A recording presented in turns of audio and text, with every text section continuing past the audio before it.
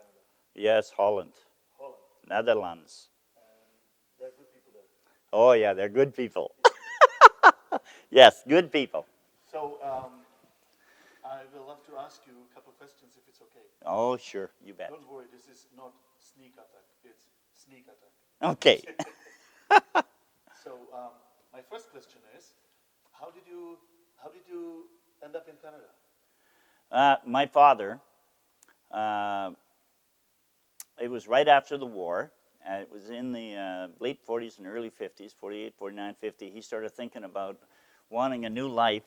And he left Holland in 1952, and it was largely because the country was devastated and there was not much there for the people anymore.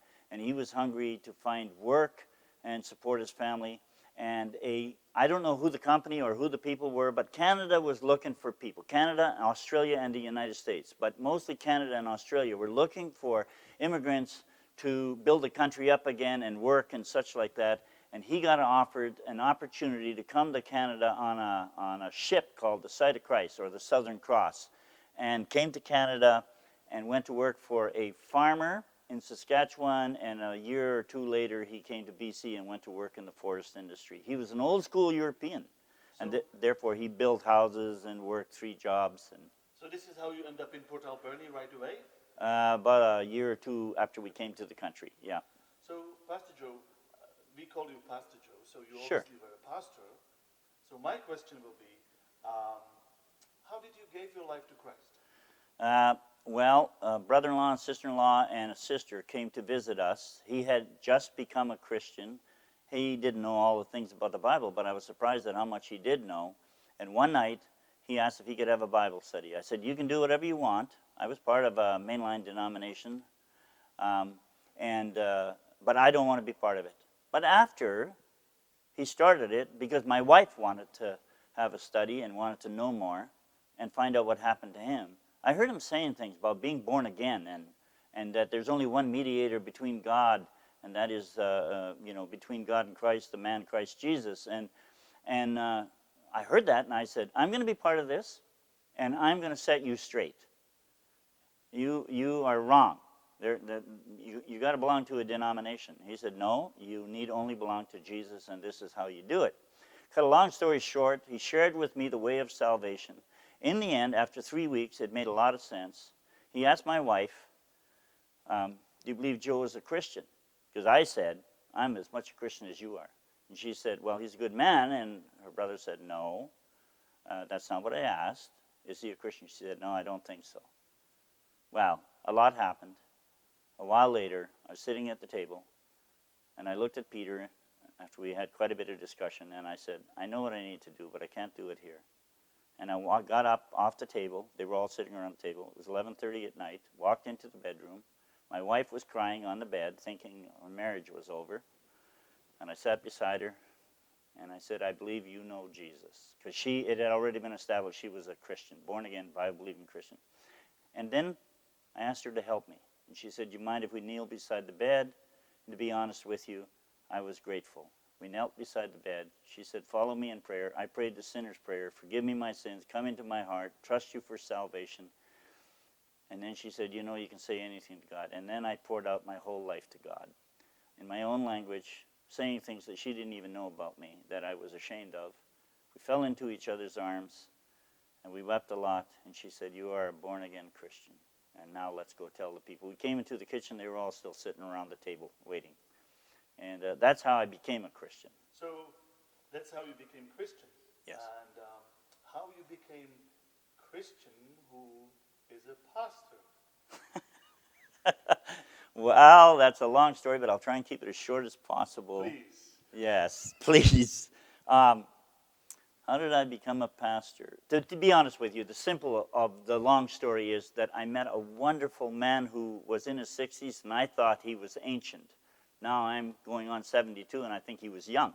But nevertheless, that man told me, he said, I think one day, Joe, you are going to be sharing Christ with others, and you'll either be a missionary or a pastor. And leaving a lot out of the conversation, I did say to him at one point, Pastor Loshbaugh, you are so far out in left field that indeed you would need a road map to find yourself, find your way back. And he said, well, that may be, but I do think. I said, you have no idea of what my life was like. He said, I don't care what your life is like, but one day you will be a pastor. And then, to be honest with you, jumping ahead several years, or a few years at least, a man by the name of Jack Newton was approached by my brother when their little church of about 15 people were looking for a pastor. And to be honest with you, my brother went to him and said, I know just the guy you need. Because he had said he didn't want an average pastor that was brought up in Christendom. He wanted somebody who was down to earth, his words were. He said, well, you've never met a guy more down to earth than my brother. And he actually called me and asked if he could come and visit me. And this was in Alberta, and I was living in British Columbia here on Elizabeth Street in Port Alberni, and he came to see me. Said, you're a man cut from a different cloth, and I'd really like you to come and candidate. He said, I've never met anybody like you before.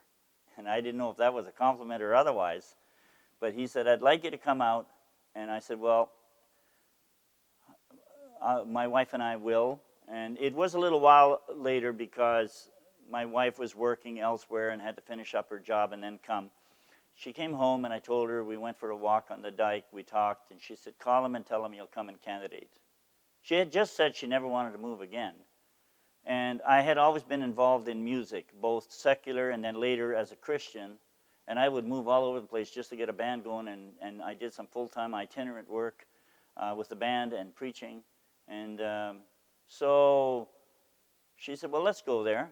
I went there, made a deal with him, said I'd stick around for 3 months, and then we could find out if we were suited to each other. And then I had to put my son in school, and I told them call for a vote. They called for a vote, and for the first time in the history of the church, I had a 100% vote, or they voted me in, and I have never looked back. Granted, they probably thought I was very different, but because I walk around a lot, now I'm sitting, so I have to sit and stay in one spot. And finally, we chained Pastor Joe down. you did. And yeah, that's how it happened, and that's how I became a Christian. So, Pastor Joe, pastor. Pastor, yeah. Yes. Christian pastor. Christian pastor. If I can ask you, if you can choose between drums and ice cream. Drums, any day. Oh. Any day. Okay, there was Pastor Joe. He survived our sneak attack. And thank you so much, and talk to you another time. Well, God bless. Thank you. thank you very much. Privilege.